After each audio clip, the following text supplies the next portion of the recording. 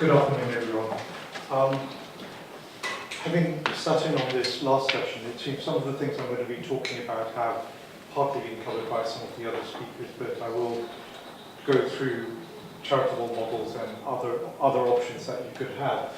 Just to put you in the background to this, I myself set up a charity about 20 years ago, quite accidentally. I hadn't meant to start up a charity.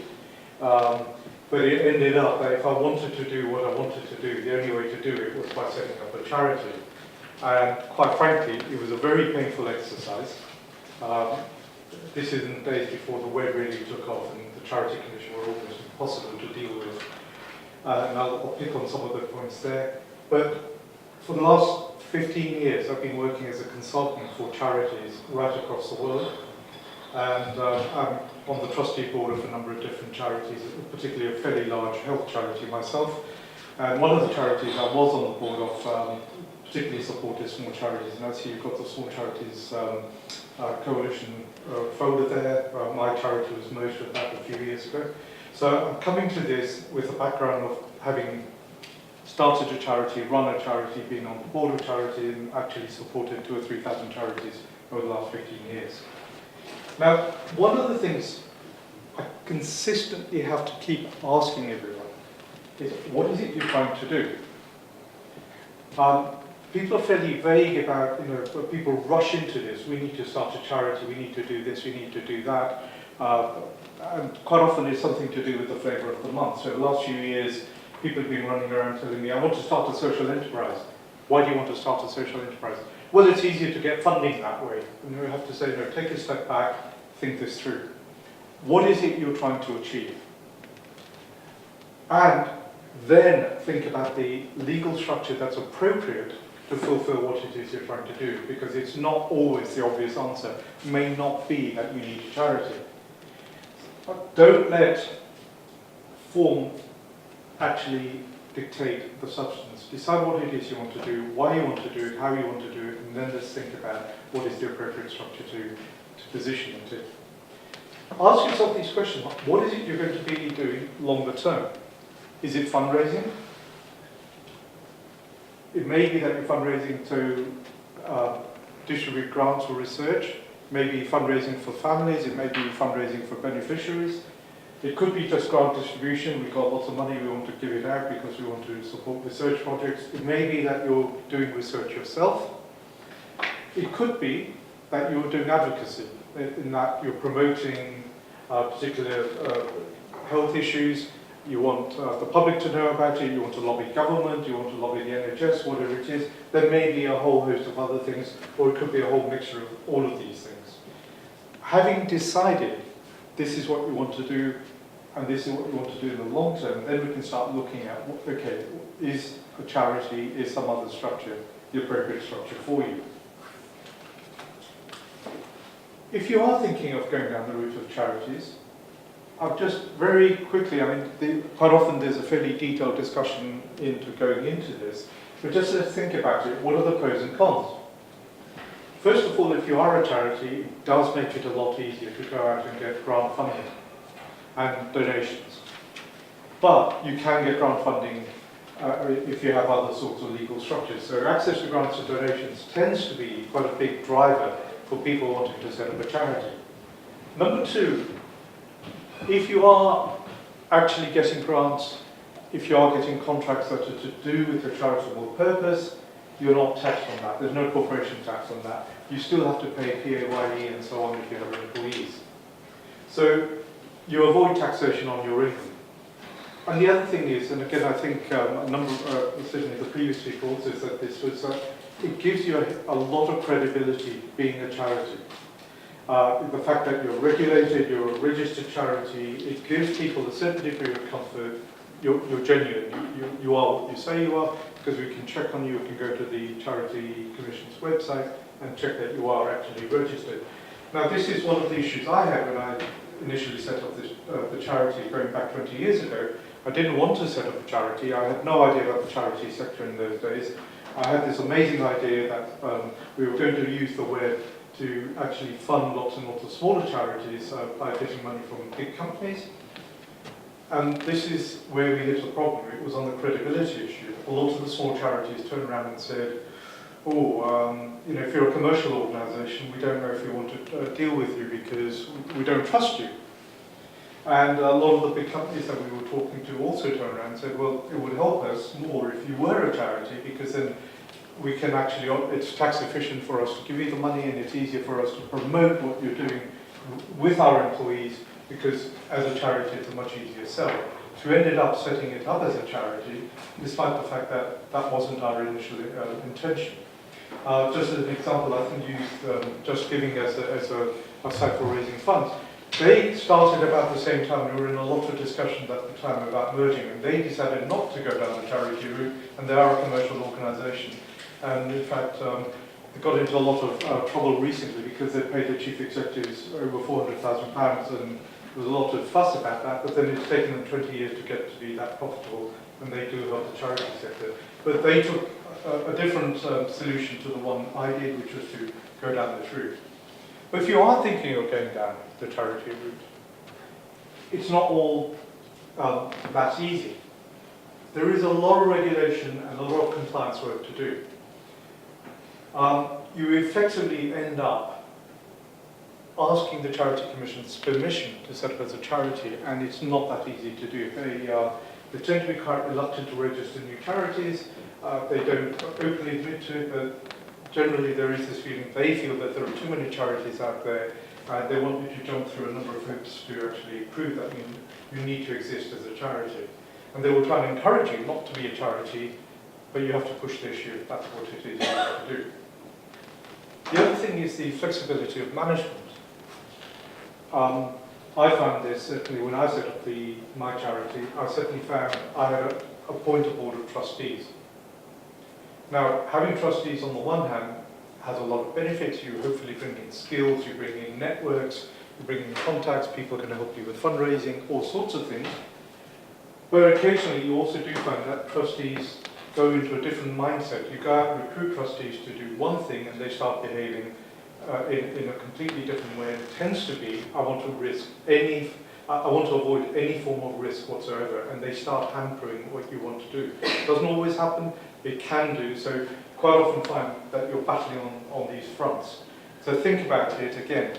Are you prepared to live with a board of trustees? These people are volunteers, and quite often they're giving up a lot of the time, and it's not always available. They always don't necessarily see eye to eye as to what it is that you want to do. The other thing is, again, it particularly impacts on people who are starting up health charities or education charities and so on. If you do set up a charity, it cannot benefit anyone who's actually connected with the charities. It can't be that you're going to set this up because it's going to benefit you or your immediate family. It has to be at an arm's length that you are supposed to be doing something that benefits the wider society. So it cannot be for the benefit of a small, close group. It has to be open. You have to prove that what we're doing is going to benefit society as a whole.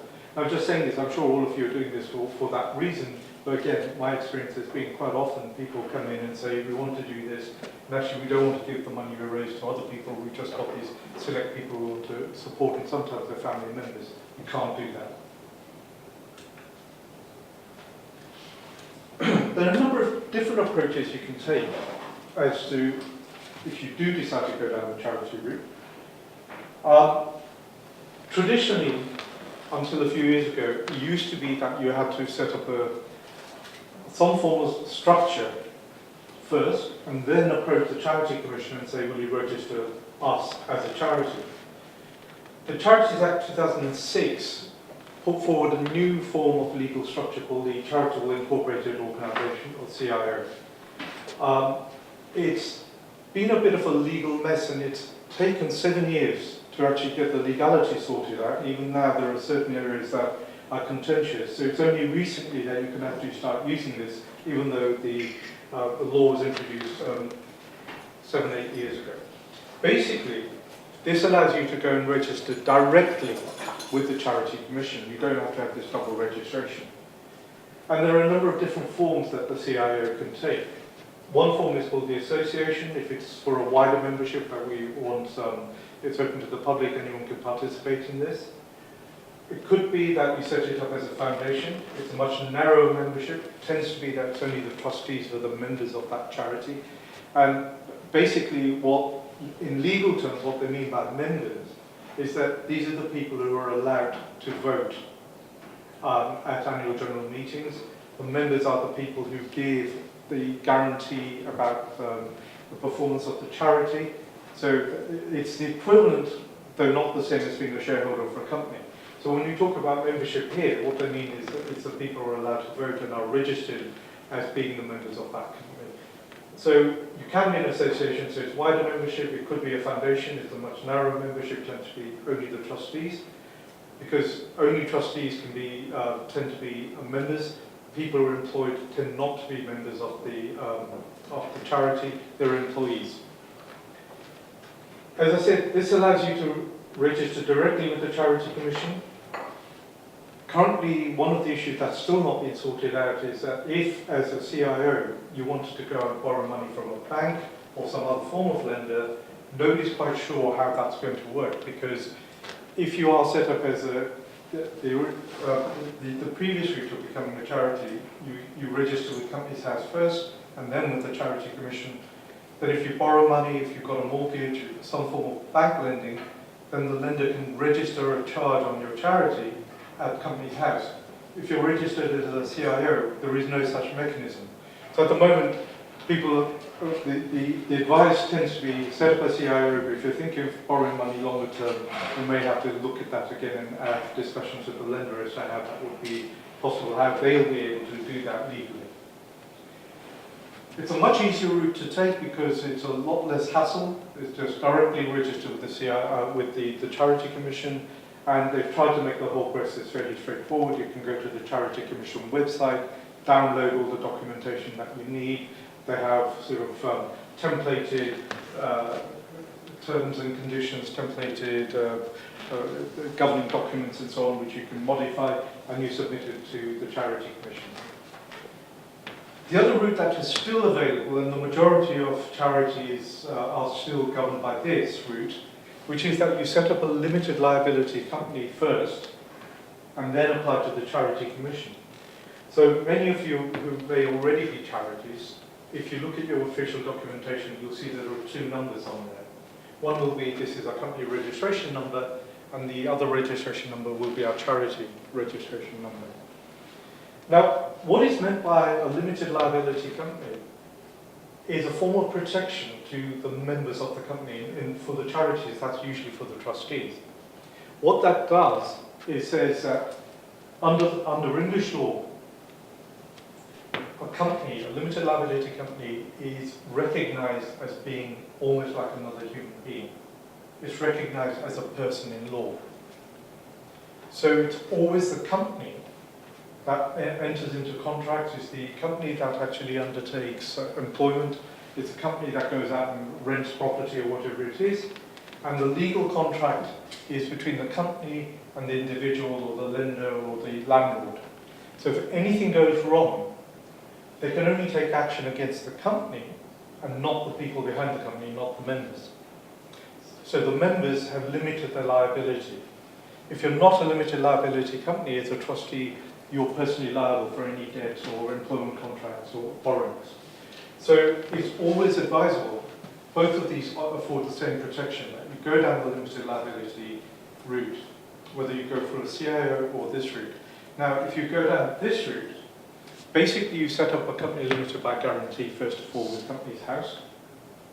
And what that means is that the trustees or the members give a guarantee that if anything goes wrong with the company, it can't meet its liabilities, we guarantee that we will put in £1 to cover that liability. That's it, we're limiting our guarantee to that amount, no more. That's why it's called a limited liability company. That's the limit of the guarantee. It could be £1, it could be more. It's up to you when you set up the company as to what that's going to be. So you set up the company saying your only exposure will be £1 if things go wrong. You then go to the Charity Commission and say, right, by the way, we've now got this limited liability company. We've set up our constitution to reflect that we want to be a charity. Now can we register as a charity? And the Charity Commission will go through that and look at what your purpose is, some of the things you talked about when you talked about setting up the charity. In your case, in most cases, you would be looking at that you're dealing with issues of health. You would also want in there that any profits that are made are not distributed but are used for the purpose of the charity itself. And should the charity close down for any reason, any assets, anything that's left over, doesn't go to the members of the trustees, but it is given over to another charity that's doing similar work. So that's the Charity Commission saying you're genuinely going to use the money for the public benefit that you set up for. In which case, and so long as you can prove to them that you will be earning more than £5,000, they will allow you to register as a charity. And then you'll have, as I said, that double registration. Company's house registration as a company limited by charity, and also the Charity Commission. Now what that means is you've got a double amount of paperwork to do. Every year you've got to file your account to the Company's House, as well as the Charity Commission, as opposed to this one where it's only with the Charity Commission. So you have two potential routes.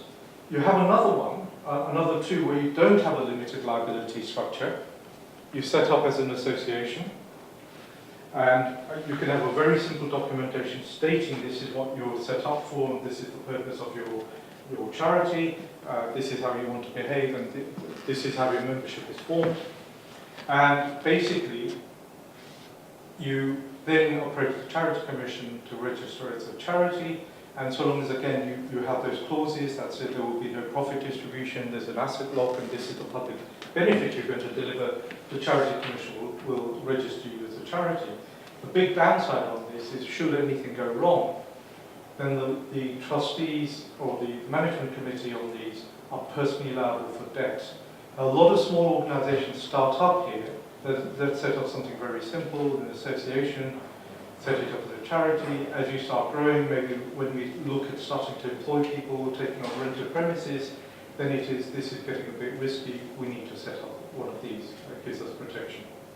So you set up a trust when corporate structure is not required, maybe only have a small number of employees, and it tends to be those organisations that are actually distributing money, making grants. If you're going to be doing something else rather than distributing grants, you're doing research, you're fundraising and advocacy and so on, you may be setting up just an unincorporated association, it's not a trust, and register as a charity. So this is a very simple thing to do, less onerous than that, but opens you up to personal liability. Again, for any of the charitable structures, you'll need a governing document. You'll need to have some sort of trustees, or if you're unincorporated, you have a management committee. You're going to have to go out and get funding. And again, the Charity Commission wants to see that when you first start out, you are likely to be getting at least £5,000 plus before they register you. You've got to be able to demonstrate public benefit. It's got to be set out in your governing documents, but it's also an annual statement that you have to make. This is the public benefit we're delivering. You have to register with the Charity Commission. You also have to register with the tax authorities to tell them you're a charity and don't come and tax us. You have to supply, depending on the size you are, certainly supply the Charity Commission with your annual accounts, and if you're a company limited by guarantee, obviously also with Company's House. And the trustees will have to produce an annual report, a trustee's annual report, a form of transparency saying this is what we're set up to do, this is what we've done in the last year, these are our targets for next year, this is where we raise money from, and all the rest of it. Again, quite often that's quite an onerous undertaking. I'm the chair of a couple of charities myself, and that takes up a huge amount of time doing this. So again, it's quite demanding. If you decide you don't want to set up a charity, that it's not entirely appropriate for you, then you might think of actually some other ways of going about doing what you want to do. One is just setting up a voluntary association, which is the form we talked about earlier, but you don't go and register with the Charity Commission, you just set it up with a governing document. And basically, again, so long as you have those two things in your constitution saying there's no profit distribution and the assets will not be distributed to anyone else but someone else doing similar work should be closed down, it tends to allow you to go out and get small amounts of grant funding from grant-making trusts and so on, but because you're not a registered charity, it does make it much harder to get donations and getting corporates to support you. But again, this is a very, very simple way of getting something initiated. If you're not sure which direction you want to take, you just want to try something out, this might be a very quick and easy way of setting it up and saying, well, okay, this is now succeeding, maybe now we should think about setting up a charity. Similarly, you could set up a company limited by guarantee and not bothering to apply to the Charity Commission. And again, you don't need a board of trustees, you're self-managed, you're a bit more flexible, you can still apply for grants, but difficult to get corporate support and also actually donations. If it is that you're just trying to raise funds from various people and it's then you're going to distribute those funds, people donate money to us and we want to donate it for research or specific activities, a much easier route is doing something like this, which is going to the Charities Aid Foundation, who have a charitable trust platform, and they actually, you bank the money with them and they allow you to distribute the money as you want. So basically they act as your distribution arm and you don't have to set up any form of legal structure. So you control the distribution of the funds. So you just you get onto the web platform and say, right, we want to give the money to this organisation or this bit of research or whatever it is. And similarly, you can do something similar with the UK Community Foundations, which are small local foundations. They will hold the money for you on trust and you can distribute through them. So again, this depends on what it is as you want to do as an organisation. But the final thoughts on this is, keep asking yourself, what is it we're trying to achieve? What is the simplest structure to do? Because again, setting up a charity is not the easiest thing to do. It's not the cheapest alternative. It does take up a lot of resources. And it's not only resources to start with, it's resources ongoing. One of the issues, again, is regularly having to go out and recruit new trustees. It's not an easy job. You would also maybe think about, could we do the work by partnering with another charity? Use sort of piggyback on them. They're a charity who raise funds or do the work through that charity. Or it could be, maybe you don't even need to go down that route and you remain as a commercial entity, which is what Just Giving did. But it all depends again on what it is you're trying to do and how you want to get there. So, very quick gallop through different types of legal structures and how what you want to do will influence what you decide, which route you decide to take. Thank you.